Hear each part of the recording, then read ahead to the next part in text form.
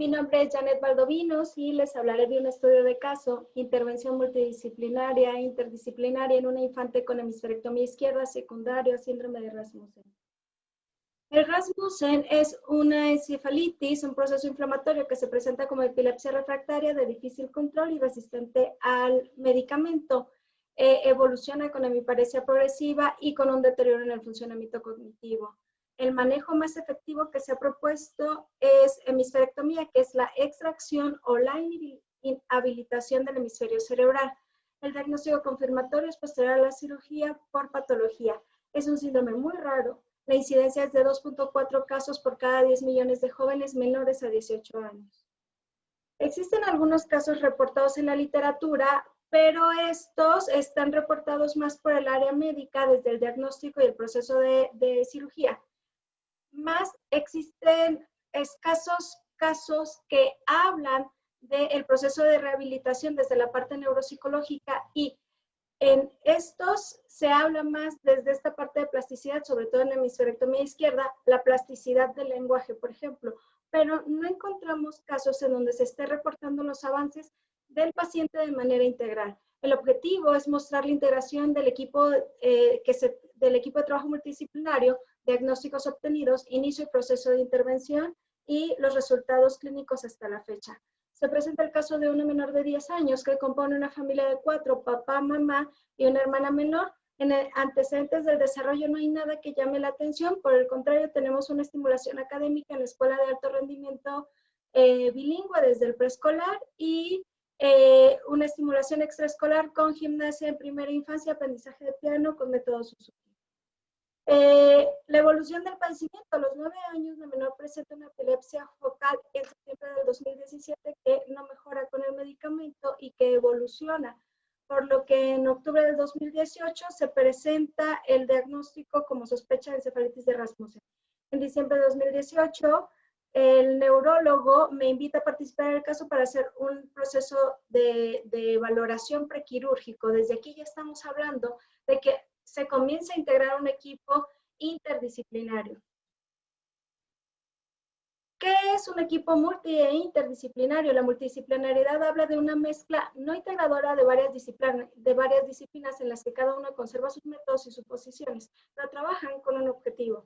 La interdisciplinariedad es un conjunto de disciplinas conexas entre sí, con relaciones definidas, pero que sus actividades no se producen de manera aislada o dispersa, sino hacia un proceso conjunto de integración a la hora de hablar de los objetivos y de la intervención. En diciembre del 2018 estaba neurología, neurocirugía y por la parte de neuropsicología para hacer un diagnóstico prequirúrgico. Como ya sabíamos a qué era lo que iba a suceder, que en determinado momento iba a suceder la neurocirugía, entonces también se empezó un proceso de intervención previo a la cirugía. Es decir, empezamos con rehabilitación previa, enseñándole a los papás por dónde podían comenzar para lograr que la menor iniciara un proceso de recuperación del lenguaje, que era lo que más nos estaba preocupando. Entonces, afortunadamente los papás hicieron caso a las recomendaciones e inclusive antes de que la menor saliera del hospital, la menor comenzaban a ponerle canciones que eran de su agrado y que ella repetía mucho para poder empezar con estos procesos de plasticidad. También hubo una intervención por psicología, ya que obviamente hubo ciertos procesos emocionales complicados ahí, tanto para la menor como para la familia nuclear. En enero hay un deterioro significativo y en febrero se decide hacer la hemisferectomía. Para marzo, al equipo se integra un rehabilitador físico. Un mes después de la cirugía se integra un rehabilitador físico y una terapeuta de lenguaje. En mayo se decide reintegrar a la menor al colegio con uso de maestra sombra y con adaptaciones curriculares en todas las materias, más una sensibilización en toda la generación para lograr que la menor se adaptara y se reintegrara con aceptación a la escuela donde ella pertenecía. Desde la parte de la evaluación, pues se utilizaron escalas de inteligencia Wechsler, algunas tareas de la ENI, la Banfe, un test de escucha dicótica y una escala de ansiedad y depresión. Estos son los resultados obtenidos en la evaluación previa, pero me gustaría mostrarles la comparación de las puntuaciones previo a la cirugía y posterior a la cirugía, que también se hizo una revaloración posterior. Las azules son previa a la cirugía, tenemos estas puntuaciones escalares de la escala de inteligencia Wechsler, y las negras son posterior a la cirugía. ¿Qué es lo que observamos? Pues que obviamente todas las puntuaciones caen dramáticamente posterior a la cirugía, pero hay unas que se mantienen, las que dependen del razonamiento perceptor y análisis visual. ¿Qué es entonces lo que encontramos? Alteraciones importantes en todas las habilidades, más en la parte que corresponde a lo verbal, inicio de compensación del hemisferio que se encontraba en funcionamiento. Hicimos comparación de los estudios previos y lo que podíamos encontrar en hemisferectomía izquierda, y pues sí se presentaban muchos de estos signos que ya la literatura nos había mencionado: afasia, alexia, cálcula primaria, apnesia verbal, artrotopagnosia. Pero la literatura también menciona reacción catastrófica. En este caso no observamos la reacción catastrófica en la paciente. Las fallas en la capacidad de lenguaje y el funcionamiento ejecutivo obviamente es lo que llegaba a alterar también todas las demás habilidades. Los diagnósticos postquirúrgicos, lo que tenemos entonces es una hemisferectomía, una hemiparesia, un trastorno neurocognitivo en la infancia secundaria a la hemisferectomía, y también tenemos diagnósticos psicológicos que corresponden a este sistema familiar, nuclear, que es importante hablar de ellos porque gracias al trabajo que se hizo con ellos, claro que fue más fácil el apego a tratamiento que hasta el día de hoy existe, y además el proceso de adaptación a esta nueva circunstancia. Entonces, dentro de los diagnósticos, un dolor no complicado secundario a la crisis familiar, y otros trastornos relacionados con traumas y factores de estrés específico, un trastorno de tipo adaptativo. Bárbara Wilson nos habla desde la parte de la rehabilitación neuropsicológica que se realiza con un equipo profesional y otras personas para lograr curar y aliviar los déficits cognitivos.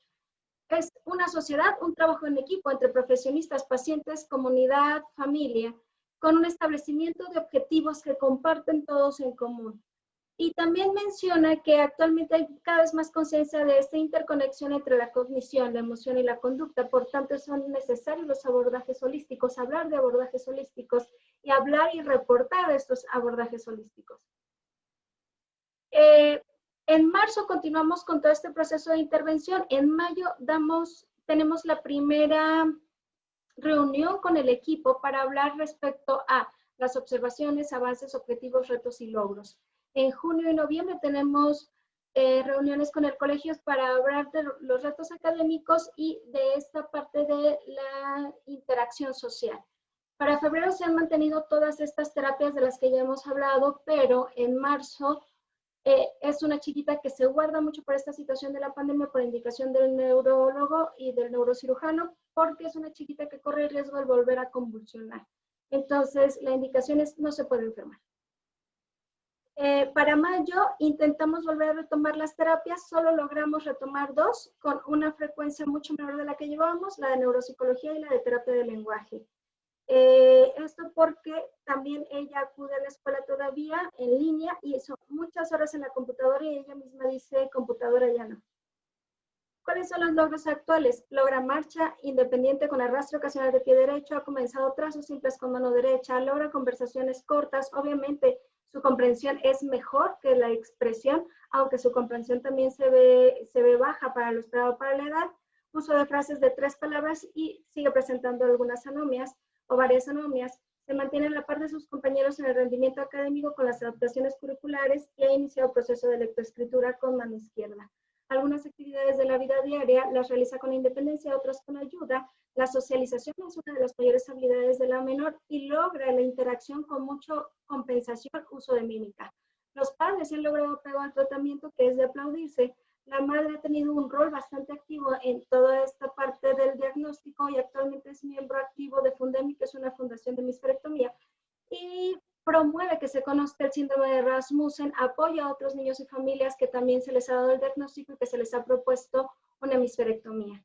La hermana también se ha logrado adaptar con ser apoyo para la menor, pero también colocarse en esta parte de ser la menor, entendiendo que su hermana es la mayor, por mucho que las habilidades, pues las de ella en este momento estén en mejores condiciones que las de la hermana.